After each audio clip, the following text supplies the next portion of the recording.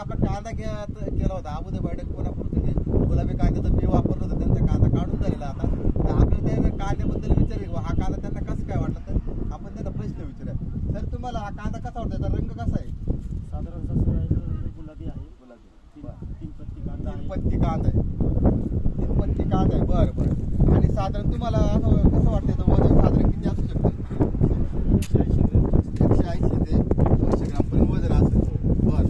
कांद्याचं तुम्हाला टिकवण क्षमता वाटते का? काय अंदाज याचा? भरपूर टिकवण क्षमता असू शकते. बरोबर. याला मुळी चांगली, बरोबर ना?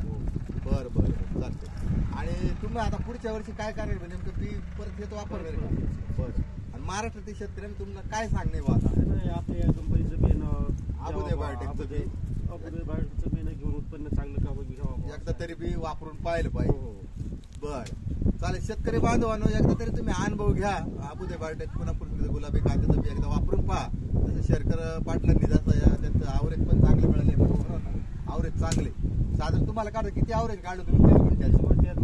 4.5 गाडी बरं. म्हणजे किती पिशव्या निघाल्या तुमच्या अंदाजे?